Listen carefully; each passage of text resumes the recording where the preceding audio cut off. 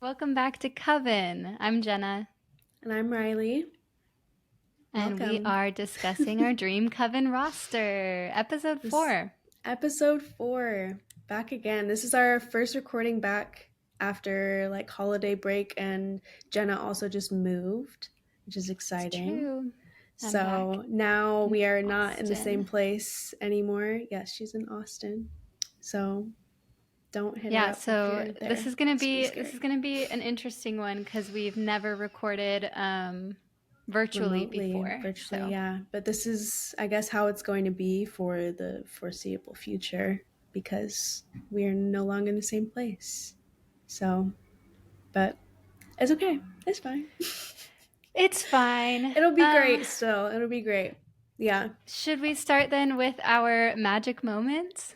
Yes. This is the Magic part of the moments for this show. week.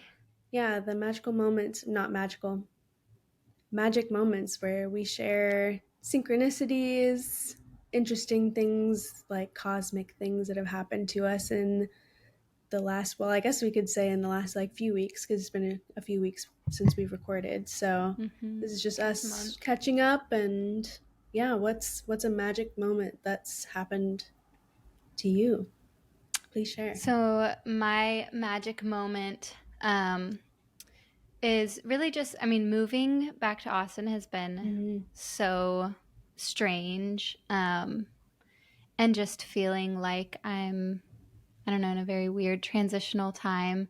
I'm here to save money living with my sister on her farm. Um, So fun though. and yeah, it's super fun and it's beautiful out here, but it has felt really weird. Um, Mm-hmm. I was trying to find a job really quickly and I was applying to all of these barista places and nobody was really hiring. And then I randomly decided to walk into this restaurant. I didn't want to be a server. Randomly decided to ask if they were hiring. I didn't really want to work there, but I was like, whatever, nowhere else is hiring. So let me see I hope your boss what doesn't this hear place is about. this. I don't care. um, and they hired me on the spot. They were like, yeah, we Oh are. I wow. was going to ask you if you wanted a job. Like, we are hiring. Please work here. And I was like, okay. So it's like the nicest restaurant in this little part of Austin, like this city outside of Austin where I'm living right now. So it's like, Mm-hmm. whatever, I'll make decent money.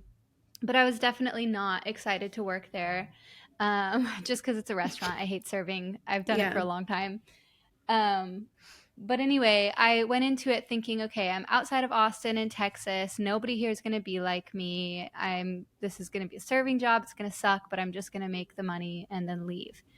But Sure. anyway, it's been about a month now of Oh working there. wow, really? I know, it's crazy. Oh my It's god. been Time about a this month month. has gone so fast. I feel like it's been so slow. Really? Yeah, I feel like it's been like 5 months already. Well, I guess, does that Wow. mean it's going? No, it feels slow. Yeah, But it's just anyway, like felt like a lot. Anyway, go ahead. it's, Go ahead, it just, not important. yeah, I didn't think I was going to get anything out of it, basically. But Mm. I ended up meeting the woman who does activities because it's a restaurant, but it's on a property that does like weddings and Oh events and wow. things. Oh, I didn't know And that. That's really cool. yeah, it's a beautiful property. And Hmm. the lady who does the activities was talking about how they do sound baths and like yoga. What? Yeah. And so I was like, That's would you ever awesome. be interested in like incorporating astrology into things? And she was like, yeah, absolutely. And I was like, oh, interesting. So I emailed Oh, her and I might start doing like workshops at the property that's slash awesome. offering like a full written astrology report for the weddings that go there as like an added service, like a Oh, yeah. wedding day astrological report. Yeah. So Oh, yeah. That's really cool. Oh, exciting. that's my I magic love moment. A that. place that I would not have wanted to. I just Yeah. randomly decided to walk Yeah. into. It's like everything happens for a reason, I guess. Yeah. Definitely. Oh, that's so cool. I'm so happy for you. Thanks. That's exciting. Cool. What's your magic moment?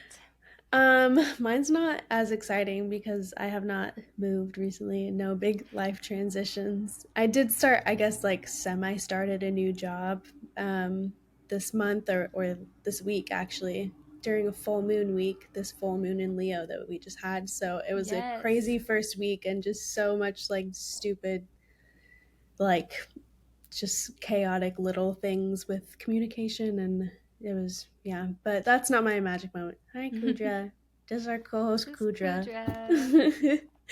Kudra. But no, my magic moment for me, there is a new, this so feels silly, but there's a new coffee shop that opened up like on our street, and it's like the perfect Ooh. vibe of like, it's like also, well, I don't know, it's not a bookstore, I guess. It's going to be a bar also, and also have like live music, which my partner, for our listeners, is a musician as well. And Yeah. so we're hoping that he can play some shows there. It'd be really cute. And also, it's just like, yeah, it's just a really nice, like, very chill vibe, which like the other coffee shops on our street and in our area are like not the same vibe at all. It's very cozy. It's like just like really well designed. Like I'm a Taurus. I love a cozy space. There's like a whole wall full of books, and like, and also the coffee's really good and the pastries are great. So it's just like this really Yay. fun like third place, like a good third place, like the best option that we Yeah. have like in our neighborhood. It's just like the perfect vibe. And we went on like the opening day, like the day that they opened, whatever.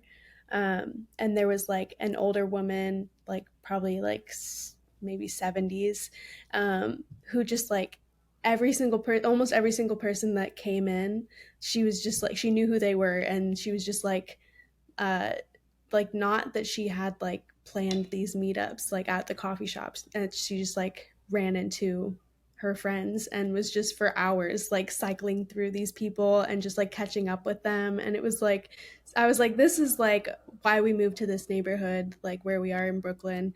And Mm-hmm. like just the community, and like it was just really Yeah. cool to see that like just face to face, like, yeah, it was really sweet. So Yeah. yeah, it was just like, yeah, this is exactly like the place that we needed. Just a good, cozy, like meetup little like Definitely. working spot. I like sat there that day and just like wrote, and it was really nice. So Oh, I love we're that. we're excited for our new third place. Yeah, finally it starts to feel a little bit more like home, probably. Yeah, yeah, that too. I think we're settling into like staying here, staying in this neighborhood, staying in our apartment. Um, which, like, if any of our listeners live in New York, it's always like a hunt to like find Mm-hmm. the right space for you that feels like Mm-hmm. comfortable, because this city is so insane to live in. So Yeah. It making is finding a place to so, make it feel like home is like, it's a conscious effort that you have to do, and a lot of like thought that gets put into it, I feel like. yeah. So Yeah, now we have that, definitely. and it's great. Good. It is Yeah. so, so important. I feel like coffee shops are Mm-hmm. so crucial to me. I feel like in a neighborhood or Yeah. any place that I'm Mm-hmm. living, to find a place that I can go and just, yeah, like a third place, I Mm-hmm. guess. I know Yeah. there's a lot of dialogue around those recently, but Oh, really? Like yeah. what am I I don't know. missing I out feel on? like I just feel like I've recently heard about the idea of like a third place, and Oh, I've never yeah. really Yeah, heard me of that too. I feel before. like since like COVID, like people want Yeah. like places that they can go that doesn't have to do with home, doesn't have to do with Mhm. work. It's just like kind of a neutral meeting spot that Mhm. feels To like be comfortable. around other people too. Yeah, be like in your community and stuff. Yeah. So, A yeah. solid coffee shop is Mhm. so It's the crucial. best option. Goes a long Yeah. way. Yeah, for real. So we're very glad to have this new place. Everyone that works there is really nice. Like, it's just good vibes all around. Good. Yeah. Well, listeners, please send us your magic moments. We want to We hear would about, love to hear from you. yes, we want to hear about the, I don't know, crazy coincidences, the synchronicities, your crazy, scary, accurate horoscopes, any and all. Please send us our way at, And what we is want our to email? share them. We want to share them if you send them to us. Our Yes, email yes. is That is why we covenpod, want them. covenpod333 at gmail.com. So please send those. We want to see you in our inbox. Yeah. Okay. Are we Okay, moving let's get on into to, it. Yeah. yeah, the main part of the show? So I'm going to be telling a story of someone today, and as usual, we're going to start off with a blind birth chart interpretation.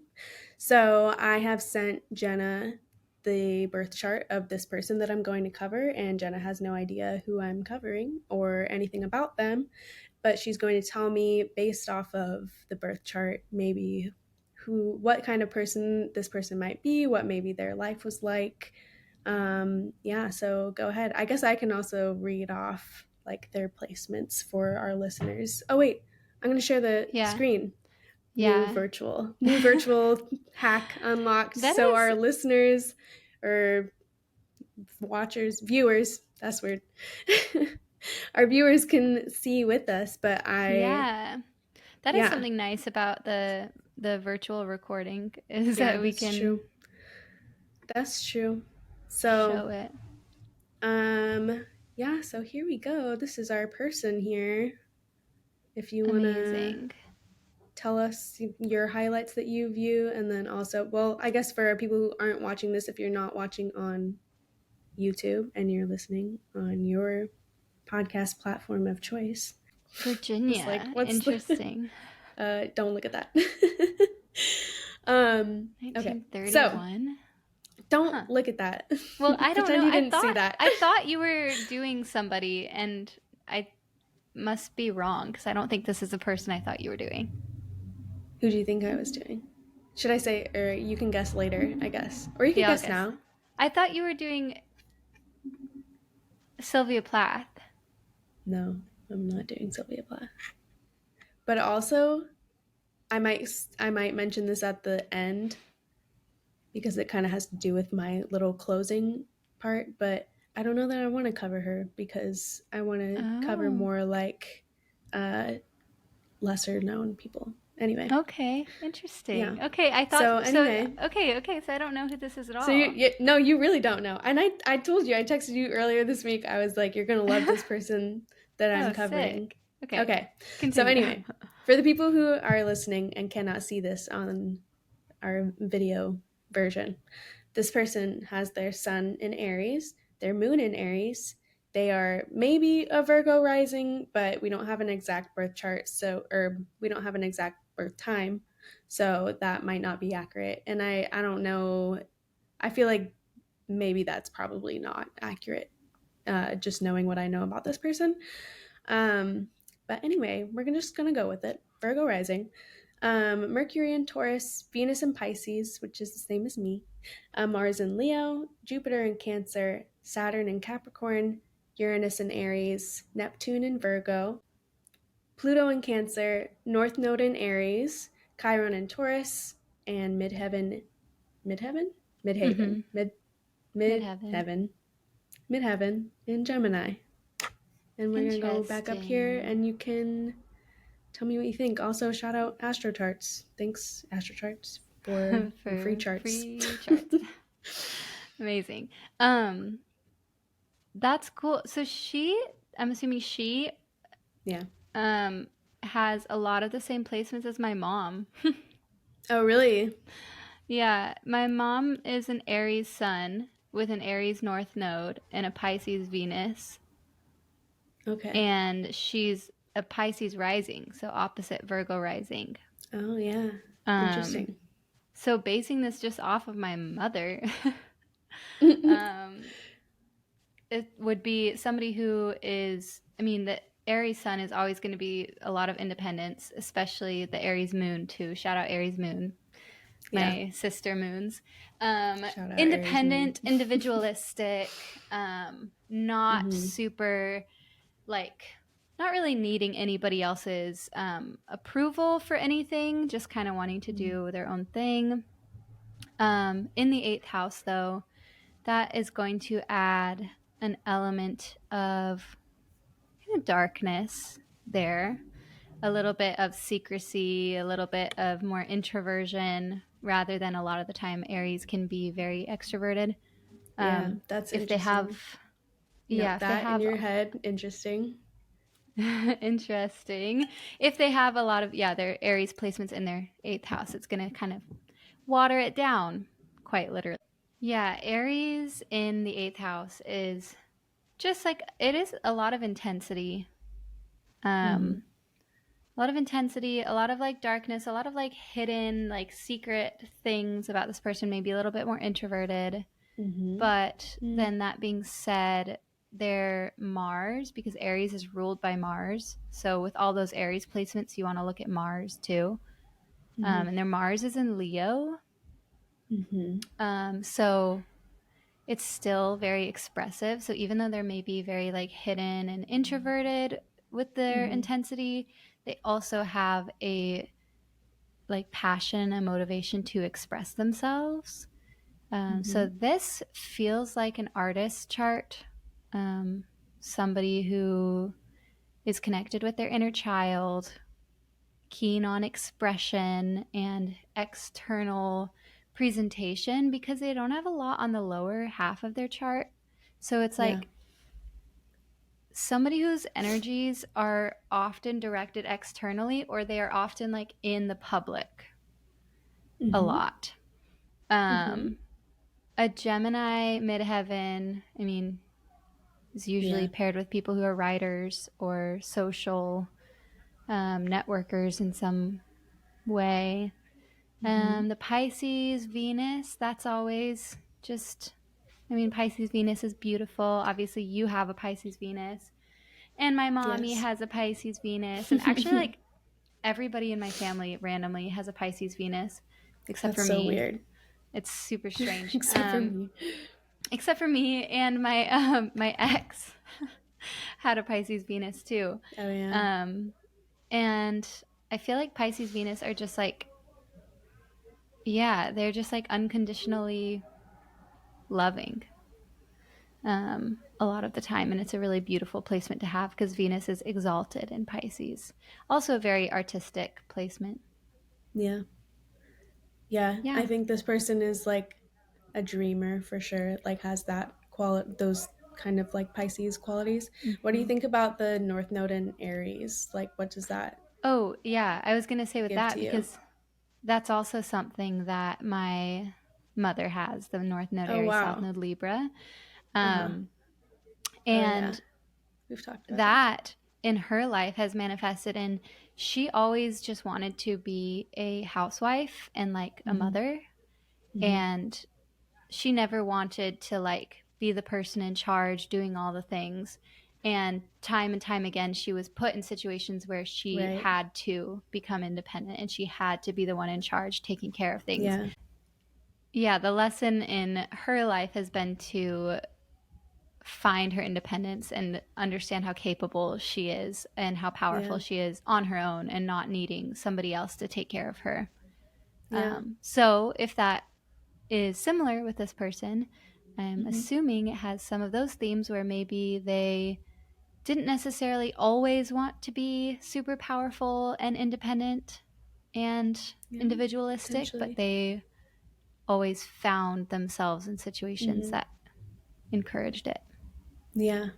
Yeah. I think a good amount of what you said is like pretty on the money for this person. Why do I get so nervous before I tell you who it is? Like revealing it, I get nervous. No, I love um it. I'm like nervous excited. Okay. I get it. I was the same way. I am the same way with mine. Yeah. Okay. So this week, are we ready for to get to this part now? Okay. So this week I am covering professor, writer, activist, and lesbian feminist icon Dr. Sally Miller Gearhart. I'm yes, Ooh. we are gonna love this. I'm so excited. I had considered making this one of my magic moments, but I didn't want to give away who I was going to be covering. Um, because I really just kind of stumbled across this person in a way. So I like religiously listen to My Favorite Murder. I've been a fan since for like 7 years. It's like the podcast that got me into podcasts. I love that podcast. Shout But out my favorite recently, murder. shout out to My Favorite Murder. Yes, so good. But they recently covered the story of Harvey Milk. Which, do you know anything about Harvey Milk? Mm-mm. Okay. So this is just like California history. So, and I'm from California. So I feel like maybe at some point in school I learned about him or something. I don't know. But so he was like the first um, openly gay politician or person elected to like public office in California history, and maybe like one of the first in the country because this was like in the 70s, most of this. And he, I don't want to give it away. Okay, I don't want to give away too much of the story because I'm going to get into it, obviously. But so they just covered Harvey Milk, his murder in, because it's a murder Oh. podcast, in episode 409, and they lightly mentioned Sally Gearhart in the intro of episode 411. It's like one of the more recent episodes. Hmm.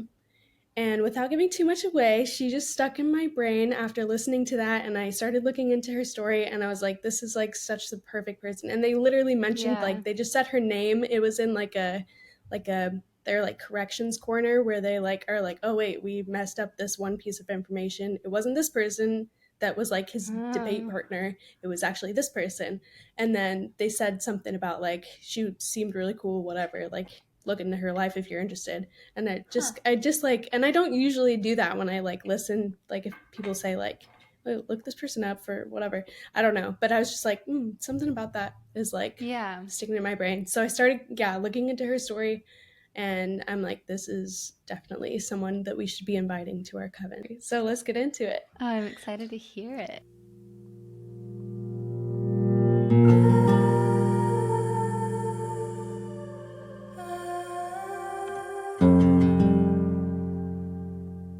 Okay. So I got a good chunk of my information from a lecture that I watched on YouTube from 2022 by Deborah Craig, who is a professor at San Francisco State University, which is connected to Sally, as we will find out shortly. She Man, also, you know what? Sorry to hmm, cut you off, but I you're feel fine. like this could be another magic moment.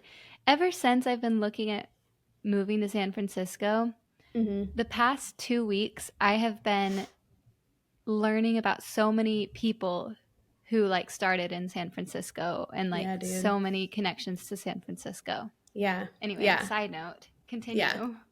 And I'm like, I so like I'm from Northern California. I just, San Francisco was like, I would go there when I was growing up, when I was young, and like I'm from like a rural town in Northern California, middle of nowhere. It was like the first city I ever went to, and like it was just like opened my eyes to just what the world could be and like what was out Mm. there. And it was like, it was such an exciting and like, yeah, it was just such an exciting place for me as a kid, and I've always felt really connected to it. I'm like, I am always like, I don't know how I haven't ever lived there because I always wanted to as a kid, and somehow I'm Yeah. in New York. But Come live with but me. I know. Yeah, I love San Francisco, and so, and that's a huge part of Sally's story and like where she really. I don't want to give too much away, so I'm going to stop myself before I get carried away. But anyway, Deborah Craig is the also a film director, and she directed this documentary about Sally that will be coming out later this year, 2024. So keep your eyes peeled for that because it looks really good. She put like some of the trailer and some clips from it in this lecture that I listened to. That was just like an online lecture about Oh, Sally and cool. about her life. So I got a lot of good information from that. That's And exciting. yes, and as always, all of our sources will be linked in the show notes, so you can go find the link to that lecture if you want to listen to it. It's really good. So let's start with the beginning. Sally was born in rural Appalachian, Virginia on April 15th, 1931, which I actually, oh, okay. So at the beginning of the show, when I showed Jenna the birth chart, I was like, oh, she has the same birthday as my great grandma, who is like such a fiery, like amazing woman and is still with us today. And I love her to death. She's like so important to me. And I was like, I think maybe because she was born in 1931. So I was like, I think Mm. maybe she was born the same year as my grandma, too. And I just fact checked that. And my mom said that my great grandma was born in 1929. So Mm. in But close. 1929. Yeah. So, but I was like, maybe they have like the same birth chart, but they don't. But Mm. close. They have the same birthday. Anyway, tax day. Um, so she was born. in Appalachian Virginia. girl. Yeah. And like also like I also lived in like rural Appalachian, like Western Kentucky. Western? Eastern Kentucky. My bad. Sorry, You Eastern Kentucky. lived? Yeah, I did. I did an internship out there for like 4 What? months. Yeah, before I moved to Nashville, this was when I was still in like healthcare stuff. I lived in I lived in Appalachia in Eastern Kentucky, How did I and not know this? I don't know.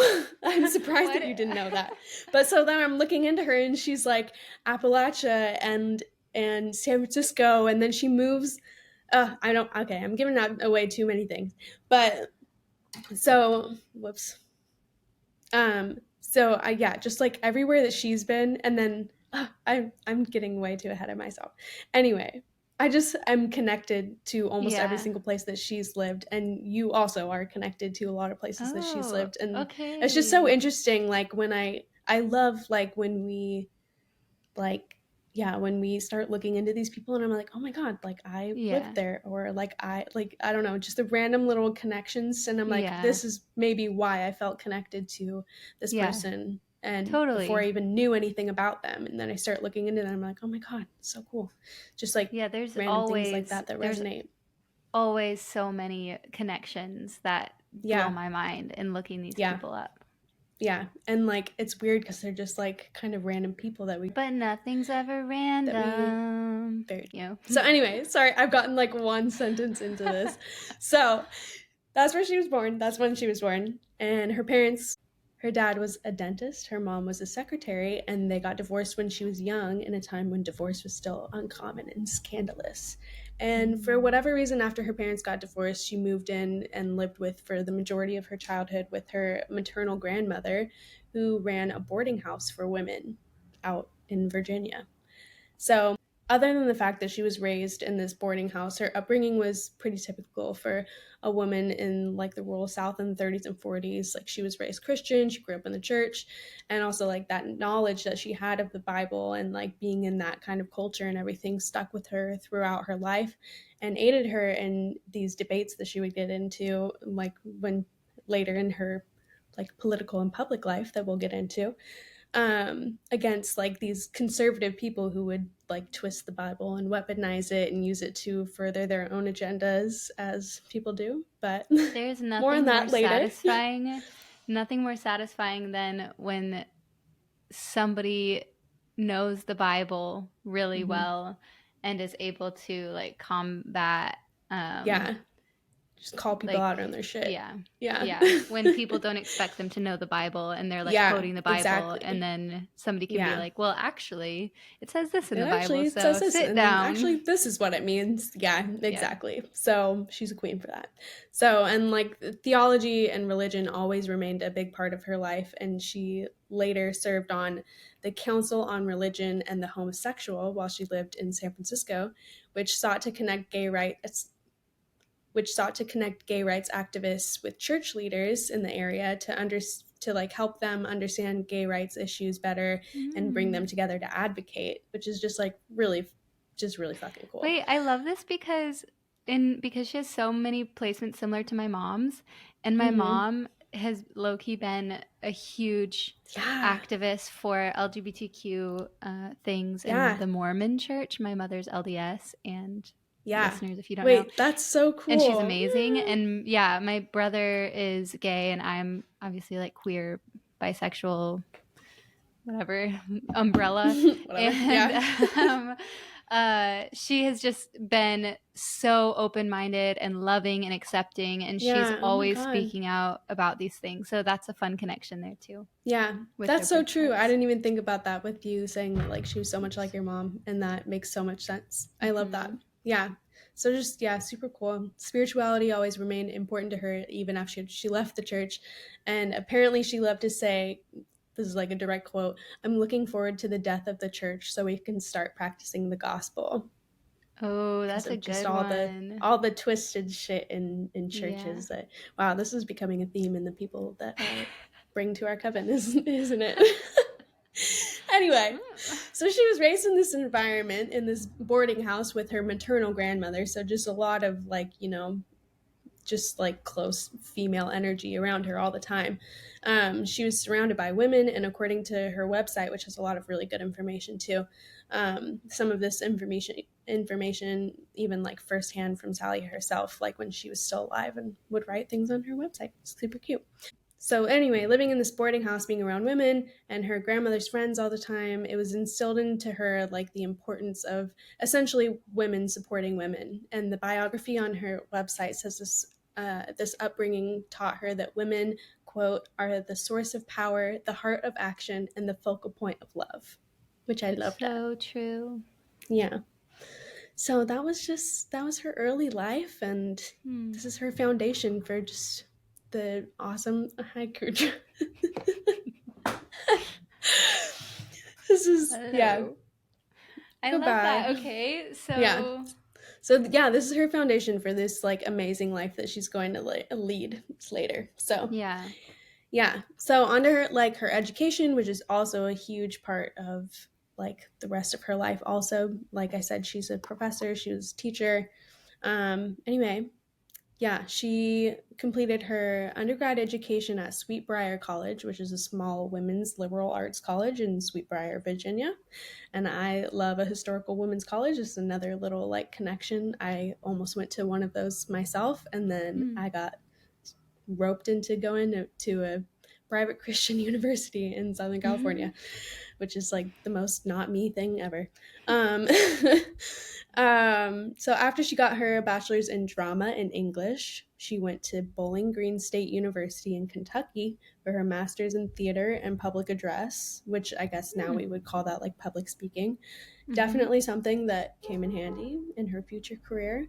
Yeah. And so I feel like her Aries stellium, is that the correct term, stellium? Yeah. She has like all the, okay, her Aries stellium and like her Leo Mars, like all of this like drama, like put me up front. I'm going to say what I'm going to say. And like, but also theater, I am like trained in it. Right. Well, and the theater girl, that's funny. Yeah, funny I know. And fun. Because the Aries, obviously I was a theater girly as well. The Aries moon I feel like is very theatrical, but also the Mars in Leo is a super like acting placement. Totally, yeah. My brother actually has a Leo Mars, and yeah, he's really? an actor as well. Yeah. Wow, that's so wild. Yeah, it just all tracks. It all tracks. And just what I was saying, everything in her chart being like in the northern hemisphere, or being like above the horizon line. Yeah. Being a very public expression oriented person. Yeah. That's why I was like, you're on track. Like you're saying the right things. Cause yeah, exactly. She was just very, very, very expressive. Everything in her life was about, it seems like for most of her life anyway, and her later life, which we'll get to, is like kind of, I don't know, a little bit of the opposite, but still like most of her life was all about expression, about writing, about speaking, about performing and stuff. So so, and then also when we were talking about the chart, you said that like her Aries placements might be subdued, or there might be some like hidden parts of herself, which I was gay. Like ding ding ding. Yeah, being gay in the 50s and 60s. Yep. Being a gay woman in the 50s and 60s. Yep. And also eighth house is the house of sexuality and taboo sexual I was just going to say that. So she began her career working at Christian colleges in Texas teaching theater. Oh. Yeah. And she was deeply closeted at this time because obviously. Do you know what colleges? Listeners, if you don't know, I am from Texas. Yes, that is where that's why she's there right now. Yeah. I'm going to check in Texas. I almost wrote it down and then I didn't. Stephen F. Austin State University and Texas Lutheran College. Stephen F. Austin. Where is that one? Whatever. I don't know how to say this. Nacogdoches. That. Yeah, that's where that one is. And then the other one is in, Texas. Seguin. Seguin. Okay, Texas. Anyway, so that's where she taught. That's where she taught in Texas, and yeah, obviously she Megaloches. was there. That's the place. Obviously, deeply closeted at this time, and Mm-hmm. she um, apparently, while she was working at these schools, there were threats of blackmail and outing her. So she eventually moved on from there and moved to Kansas, I think, for a short stint. I don't actually know how long, but there's not a lot of information about that. But she Mm. followed a lover to Kansas and then went on to San Francisco, which is where she really blossomed and came into her truest, most empowered self, Wow, as is you this a do in sign? San Francisco. Is Maybe, this a sign for me? Get out of maybe, the South and go to San Francisco? maybe if you want to be like Sally, and she's a pretty cool person. So Sally came to San Francisco in the early 1970s, which was a really big, important time politically and socially in Mm-hmm. California, in the Bay In Area. San Like a Francisco, lot and of, yeah, the yeah, early 70s, mm-hmm. that is like where Oh, all yeah, of it was happening. yeah, mm-hmm. Lots of activism in like every single space, Man, I've like been a really lot of social connected change. to not only, we just talked about how I've been connected to San Francisco since Mm-hmm. wanting to move there, but it's been specifically San Francisco of that era. Like, I've been thinking a lot about the musicians in like Yeah, the early 70s and late 60s in San Francisco and that whole scene. yeah, So it's interesting that mm-hmm. she's not only connected to San Francisco, but also that specific That time. time, yeah, mm-hmm. Yeah, super cool. Yeah, there was a lot happening in this time. There was a lot changing, and the city was a hub for activism of all kinds. San Francisco was also probably one of, or not probably, it was one of the few places in the country at the time where it was more or less safe to like live and live openly um, as a queer person. So she Mm-hmm. was able to come out when she lived in San Francisco, and she became one of the first tenured lesbian professors at a public university in the country, if not the world. Wow, So, go trailblazer. Sally! Yes, Yes. trailblazer in all the ways. So, she started out as, so she was a tenured professor at San Francisco State University, which I also almost went to school there. Um, there's a lot of places I almost went to school to.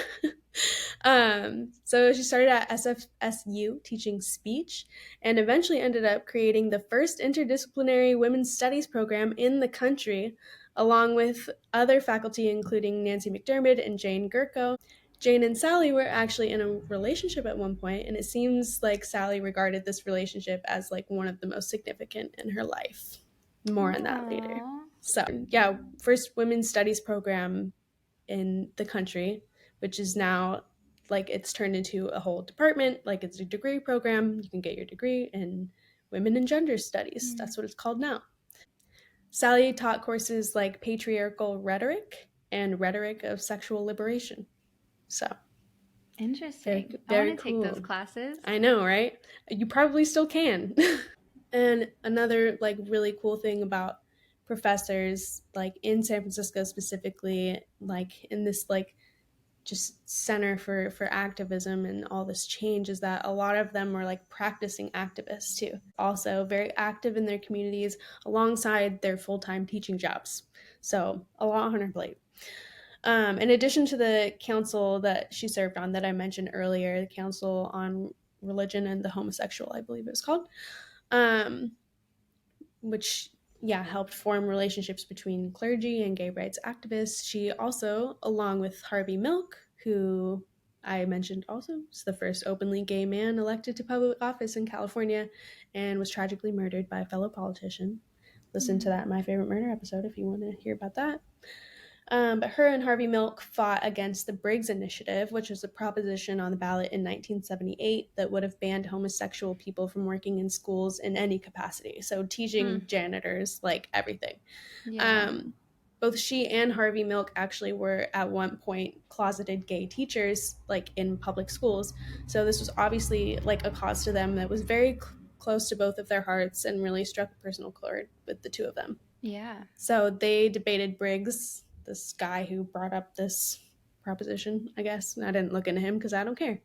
Um, they debated him on television. They spoke together at rallies all over the state. She was a very effective debater having obviously been trained as a public speaker.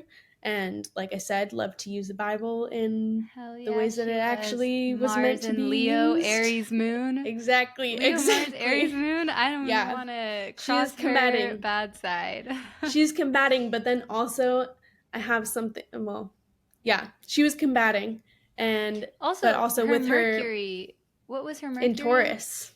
In Oh yeah. Taurus. Oh yeah. And So but then she's got also all with of her it. Pisces Venus, Uh she huh. she didn't do this, like she wasn't saying, well, she was saying inflammatory things, but she was saying like she was saying things like pointedly in a way to like get you to think about it, and not Yeah. necessarily like to, I feel like it's a very common thing, like people who just say things not thinking about how the person is going to receive them Yeah. necessarily. And like Yeah. I don't know, she was just very intentional about the ways that she like interacted And with people to get them to think about why they should change their minds, and not just like, well, why right. don't you think the same way as me, you know? Yeah. Definitely. And that Pisces Venus being from a place of like a desire for compassion and Mm-hmm. understanding, a desire for Yes. connection. So it like Yeah. really softens. It's like she's not just fighting to fight. It's got this like deeper, greater purpose there. Yeah, Yeah, and exactly. that Taurus Mercury, um, Mm-hmm. that Taurus Mercury is like all of her fire is like attack, attack, attack, but then the Taurus Mm-hmm. Mercury grounds it and lets her have a Yeah, delivery that just like hits really solid. Yeah, that makes sense. She exactly. was a great debater. Yeah, exactly. And she liked to stir things up. She liked to say controversial things in humorous ways. And but she was great at connecting with people and Mm. championing her causes from a place of love and never Mm. violence or hate. Yeah. Okay, So, also Taurus Mercury, it was in her ninth house. So ninth okay. house rules like professors and like public Oh, speaking. really? Yeah, so Wow. even more. I love that. Just all makes sense. It all connects. So yeah, they debated this guy. She's very successful in this campaign, like getting people to like not go for this proposition that was super terrible. So they were very successful in this campaign by empowering people who already shared their same values, but even changing the minds. As I said, she was very good at that as well, changing the minds of people who may have initially been on the other side. And so this proposition was never passed. And I wrote Big Slay. Big slay. Big Slay. So Deborah Craig, the director of the documentary on Sally that I mentioned earlier, says in the lecture that I watched that Sally is basically the lesbian Harvey Milk minus the recognition, as women so Mm. often fall between the cracks in history, especially women who are seen as radical. So, Mm-hmm. She's on brand Queen. for our coven. Exactly. Exactly. So after Sally retired from teaching in the early 90s, she moved full time onto her land that she owned outside of Willits, California, which is like directly west of where I'm from in California. But it's like I'm from like inland Northern California, and this was more on the coast. Almost, Mm. yeah, it was like way closer to the coast than I was. So, but like same amount of northern. Mm-hmm. um, and one thing I have yet to mention about dear Sally, who lived so many lives and had her hand in all the pots, is that she was also a writer and published author, which is something that you mentioned slash Mm-hmm. guess in your chart reading about her. So, Mm-hmm. correct on that. And I think also just yeah, I feel like Mercury and Taurus gives me writer vibes also. Yeah, for sure. In the ninth Yeah. house. I mean, ninth house is the house of Yes. Yeah. Yeah. Yeah. publishing as well. It's like Yeah. There you go. professors, it's like higher education, it's Mm-hmm. public speaking, it's podcasting, and it's Yeah. Wow. publishing. I wish Sally had a podcast. uh, Give anything I to would listen to listen that to woman that. speak. Oh my gosh. Yeah, I can't wait for this documentary to come out. We're going to have to like watch it together or something Yeah. somehow, because Yes. like she's just like, I'm so glad that I was able, like obviously we've done a lot of like ancient or like older people from like Yeah. times where we couldn't watch like, Yeah. But this is the first one yeah, that's media, like super recent. modern Or not. times ish. Yeah. I guess. But it was really cool to, yeah, put like a voice and like face and mannerisms and actions behind this person that I was looking into. It Definitely. made me feel a lot more connected to her. So Sally also is labeled as a lesbian separatist in her philosophies, probably because of these writings that she had published, including "The future, if there is one, is female," which is, I believe, where we get that term, like "the future is female," which became really popular in the I have definitely heard of this book. yeah, and that, like, that term, it like is on t-shirts at Target and whatever. Yeah. "The future is female," Yeah. during like the Me Too movement became like a really big thing, and I believe, Did that come when Hillary was running for president? Was that where that oh kind yeah, of started? yeah, Took that was off, like all people around kind saying of the that? same time. Okay. Yeah. And so, yeah, so people, I guess, like, lesbian separatism is like lightly controversial in some ways, because, and people also, like, when I googled her initially, I it said don't that she was wait. a hmm. Sorry. I don't maybe I'm a really terrible queer. No, What I is didn't know what it was. lesbian separatism? No, I was about to get into that, and I should have said that before I went on my tangent. Lesbian separatism is basically just lesbians who are particularly interested in being in community only with other women. That's all that that means. Oh. So they just want to be with girls all the time, which, like, valid. Yeah. I know. And and also, like, yeah, when I first looked her up, it said that she was like a eugenicist or whatever, like eugenics, which is bad.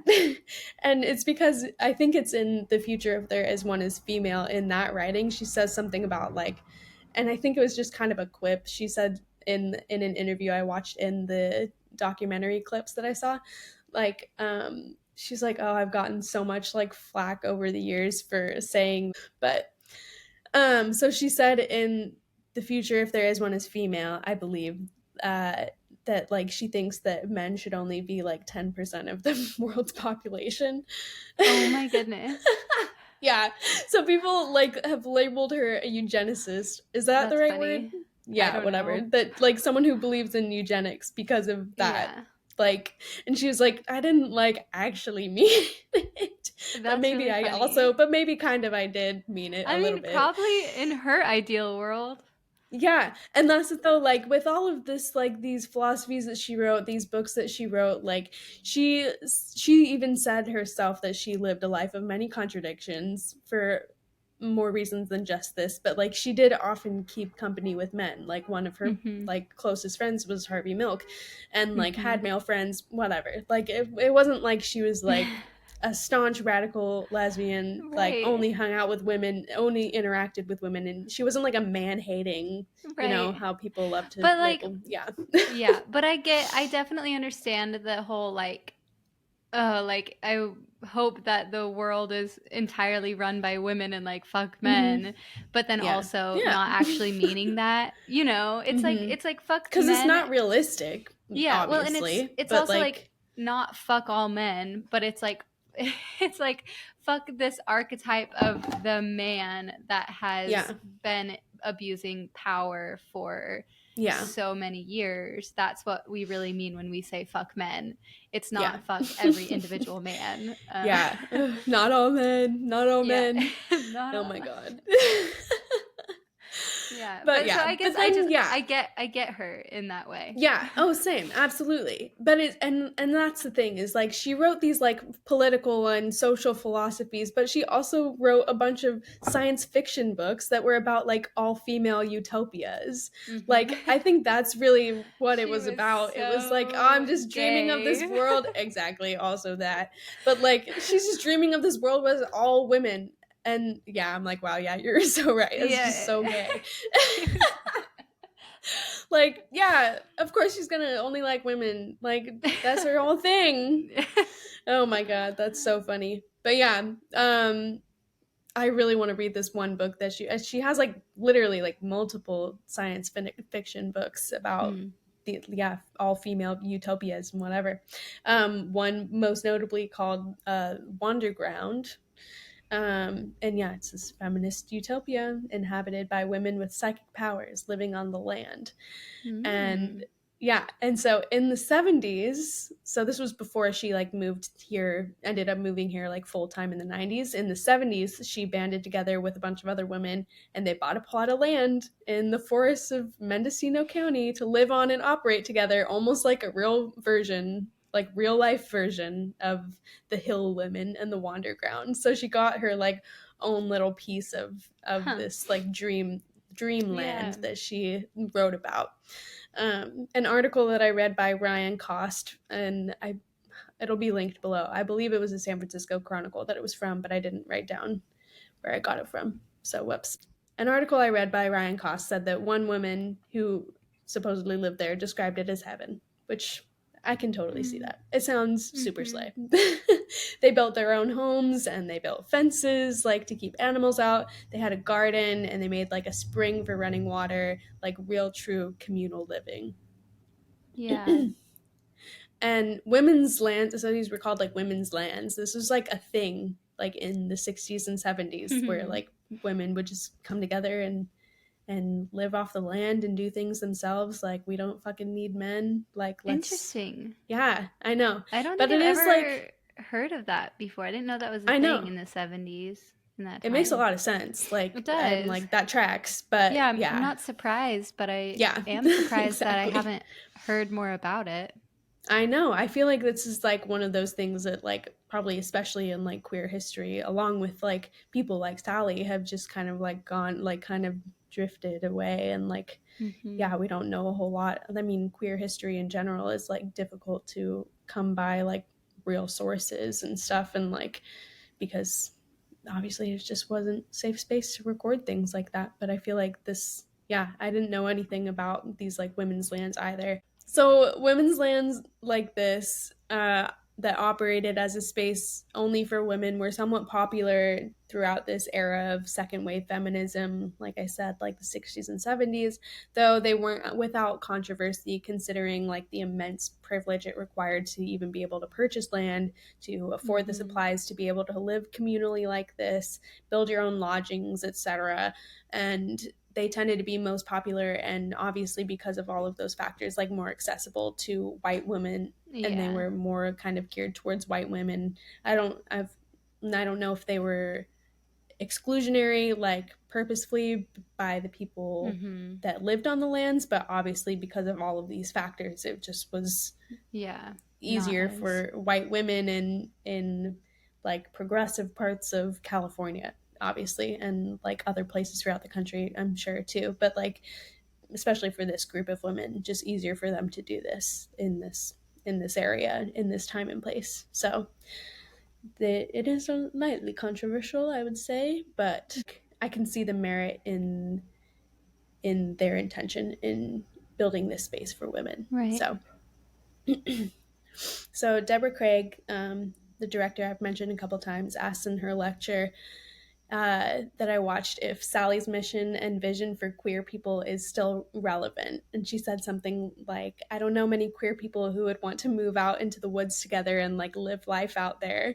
And to that, I say, you definitely do not know the right queer Yeah. people, because I feel like, especially just like queer people I met in Nashville, I think of like my best friend who lives in Portland, who's also a queer woman. Like, a lot of the people I know would be definitely down Yeah. for that. I Like, feel I like would be so down for that. I So, feel like that's a very common, actually, like yeah, desire.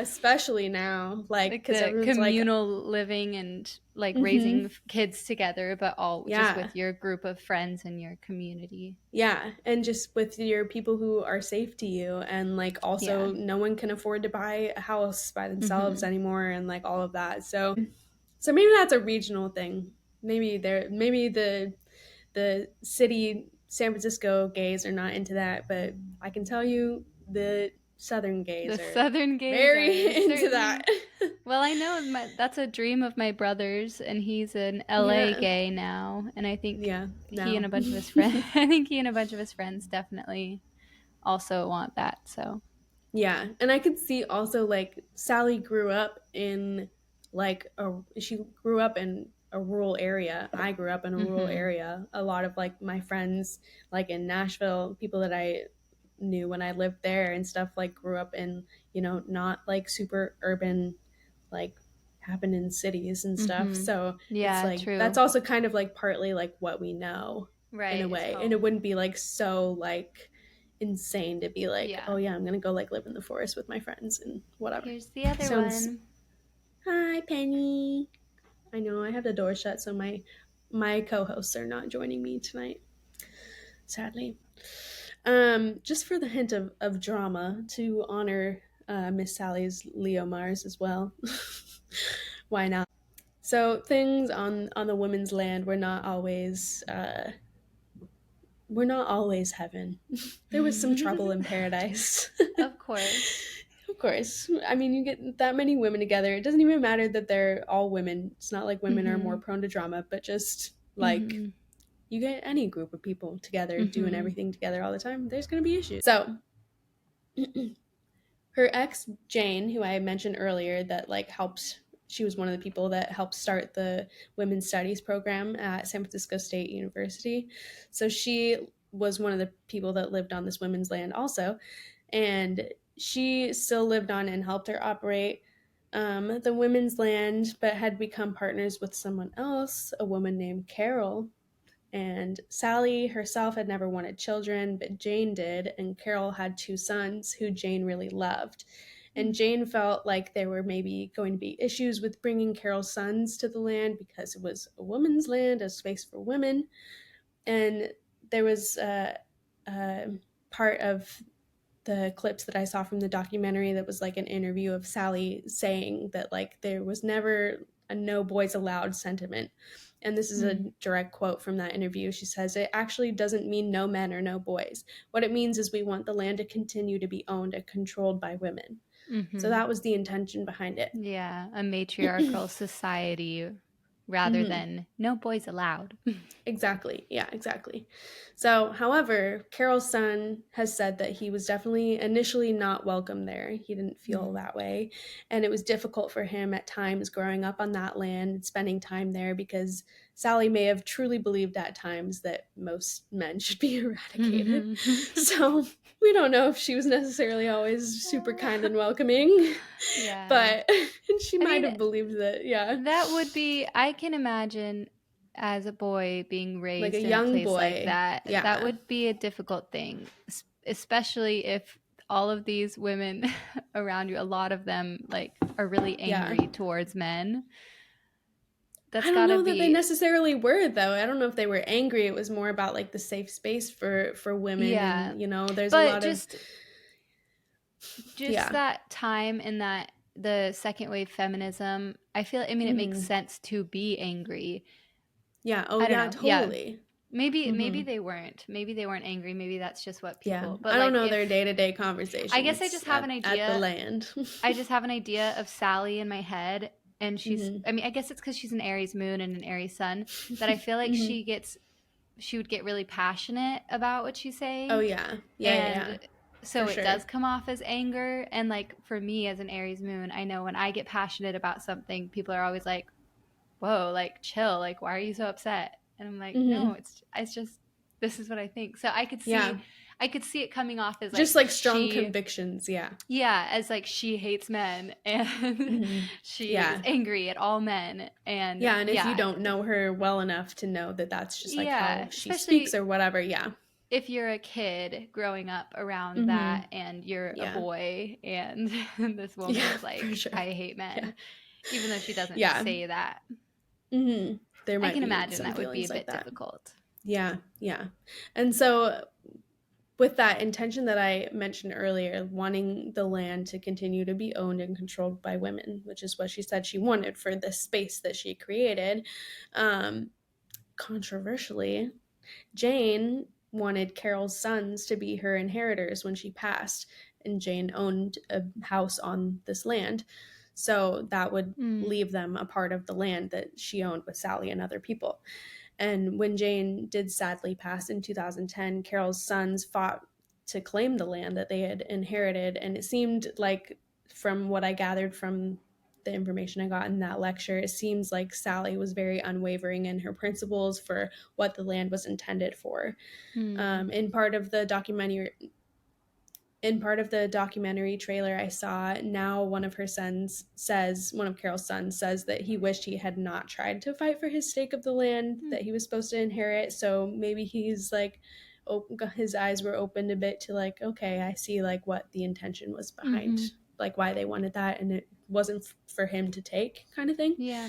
That And is I was interesting. definitely Yeah, I was definitely waiting for him, like hoping that he would say something like that as I watched it, because Yeah. it's tricky because like Jane, their stepmother, I guess they're one of their maternal figures, wanted them to inherit that, but it goes directly against what Sally wanted, like Yeah. her intention and the vision that she had for The this land that she values created. of the Hmm. land. Yeah. Yeah, and it doesn't sound like anything, like it wasn't anything that she held against them, against these boys specifically. It wasn't anything against them for being like her ex-lover's stepchildren.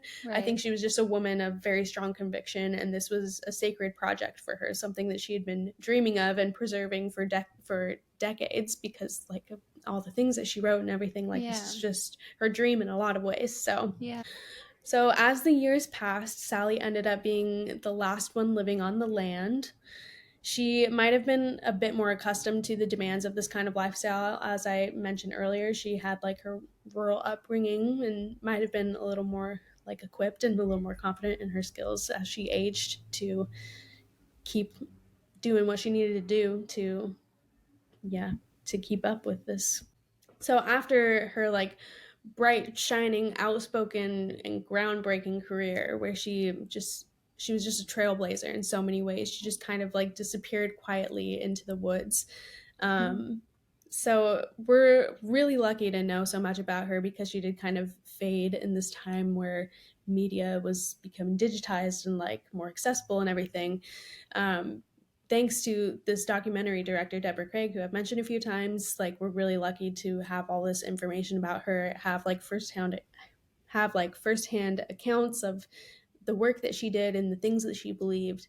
Um, and Deborah Craig actually like also had just a really random, of course not random, but like uh, a cool like cosmic way of finding her way to Sally. Like she didn't know about Sally explicitly. She was researching like aging lesbians for like a public health project that she was doing, or a documentary she was doing. And one of her friends was like, "Oh, I know this woman in her 80s who lives like in the middle of nowhere in Northern California, and she still cuts up her firewood with a chainsaw. Like you have to meet her." And so Badass. then, yeah, and then it turned into like, oh, I have to make something about she was like, "Oh, I have to make something about like Sally and her life specifically, because like why Mm. do people not know about her?" Um, but yeah, I just think that like where she ended up is a really interesting like full circle kind of moment for her.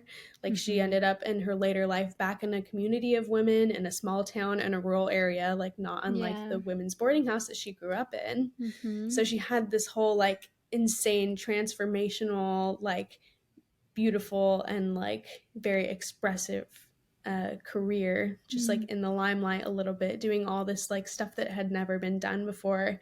And then she kind of like returned back to her roots to like Mm-hmm. kind of settle in and stuff. And I think that's really Interesting. interesting. Yeah. I wonder how, just like thinking about her North Node. Um, Mm-hmm. I guess it is, so it's in Aries, so like the whole thing about Mm-hmm. like finding her independence and finding her individuality. It sounds like she never had an issue with that though. It sounds like she Mm-hmm. was always pretty like certain about who she was. Yeah. Um, Yeah. but it's I in think her. the hardest part of that for her was maybe the time where she like was closeted and teaching in Yeah, true. Texas, and when it's just like, God, I gotta get Yeah. away from this. This is Well, I not who was, I am. yeah, I was gonna say because it's in her eighth house, so having that element, her North Node in her eighth house Mm-hmm. of like sexuality, it's like Aries in the eighth house North Node. Her lesson is Mm-hmm. really like Mm-hmm. un um uninhibited, like uninhibited self-expression, um Mm-hmm. and Yeah. individuality, and really learning to be her true self, Mm-hmm. sexuality and all of the hidden parts Yeah. of her out in the open Yeah. and throw it out, and whoever resonates with it, great. If they don't, I don't care. Yeah. And it was like she learned that lesson, and it feels like she kind of like completed that cycle in a way. She lived like Yeah. a great life where she did like kind of like in a way like everything she was supposed to. Like Yeah. she learned the lessons that she was meant to, and then she was able to spend like her last years just like writing and living her life. She has like a collection. I think it's called like, oh shit, what's it called? She has some like another like writing like something she wrote I think in the early 2000s. It's like notes from a former activist or something like that, Hmm. where she wrote about like all like just her life and the things that she did and stuff, the things that she believed. And that would also Hmm. be a really interesting thing to read. So but yeah, and she was just kind of able to like live her dream, this other like version of life that she like created for herself through like her writing, like her science Yeah. fiction books. It was like her the wandering or the wonderground like come to life. So I think that's really beautiful. She had like a yeah, Yeah. just a really interesting kind of like full circle life. Mm. Sadly, she passed away at the age of 90 in Ukiah, California on July 14th, 2021. Wow. And yeah, Long 90, which is pretty life. crazy. Apparently she also like just ate like goldfish and like smoked and like soda. Like she it's like kind of Goldfish. crazy that she lived to be that old. Yeah, apparently she would like just eat handfuls of goldfish. Like she wasn't like a it's not like she was like this crazy crunchy health guru Mm-hmm. or anything. Like and she Iconic. lived to be 90 Goldfish and and she died of goldfish and just like cigarettes. I know. Honestly What a same. diet. But yeah, so and she passed away just like of natural causes, like of old age. Like she never had like any sort of Mm. insane health issues. I just feel like that's kind of unheard of nowadays, Mm-hmm. but so really interesting. But people who knew The her said that secret she was. is, oh, sorry. Go ahead. Go ahead. I was gonna say the secret to living a long, healthy life is to Mhm. have no men involved in your life.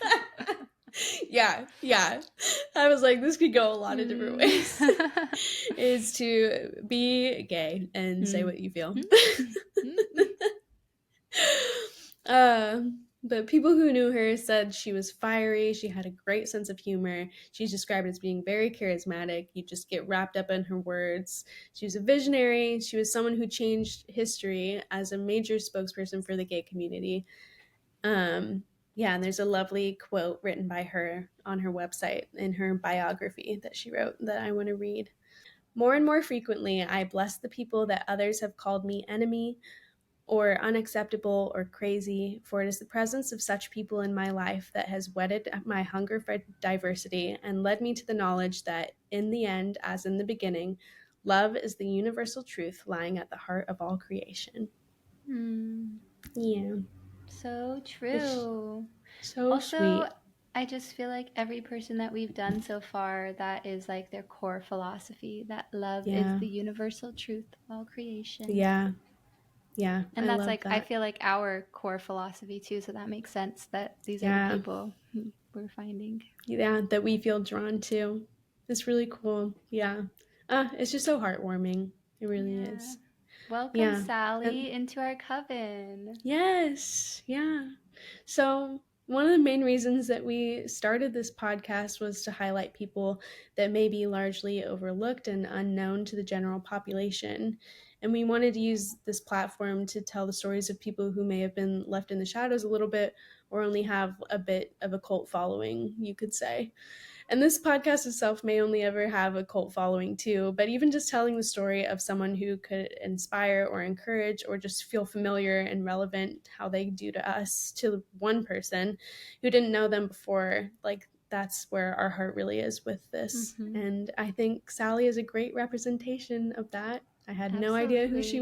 was. Yeah, I Yeah. did not know who she was before I heard her Yeah. mentioned, like I've kind of in passing. never heard of this Yeah, woman.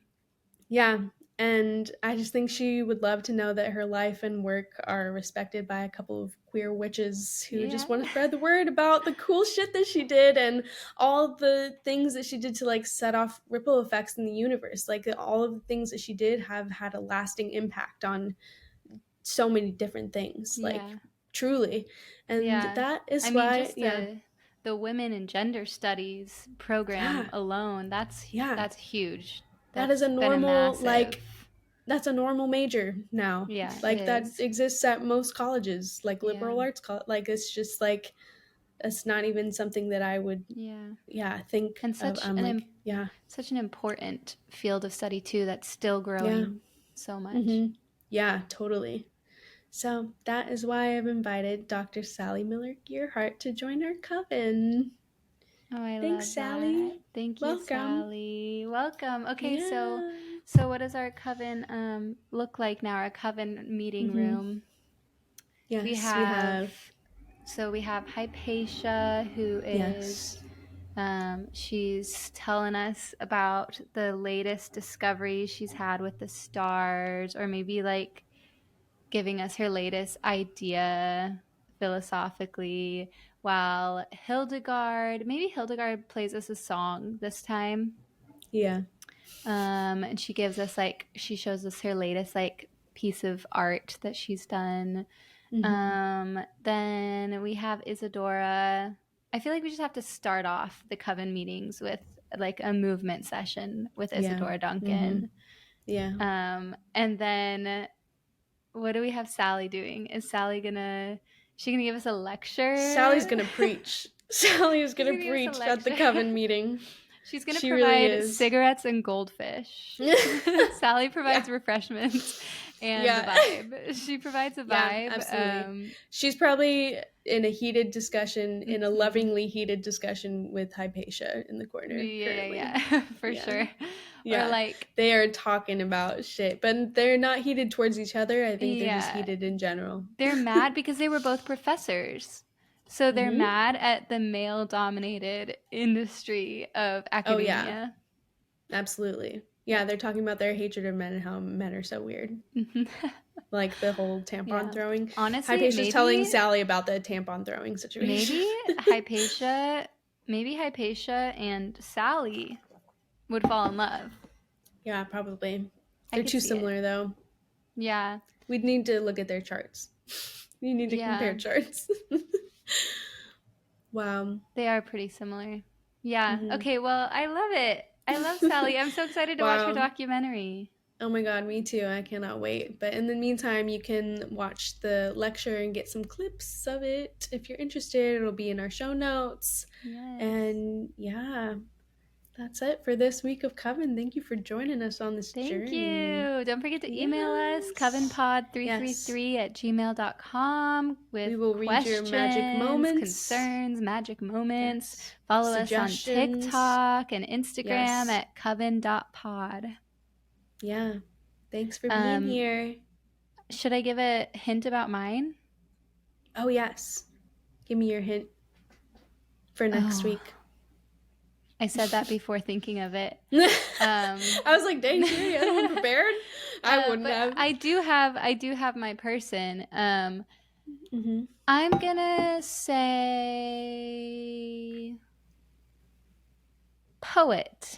poetess. Okay. Poet. I feel like we're gonna end up covering a lot of poets and writers. Yeah. Yeah, inviting. Yeah. But I love that. I'm excited. Yeah. Well, then, now that I'm thinking, I'm like, I don't remember the hint that I gave about Sally, but... I think you gave a hint about Sally. I think you gave a hint about Sylvia Plath last week. So that's why I thought you were gonna do. Ignore the hint that I gave last week, because that was a long time ago and I changed my mind. So. But I love that we did Sally. Yeah. Yeah. She was the right person. Yeah. See y'all next week. See you next week. Bye. Bye.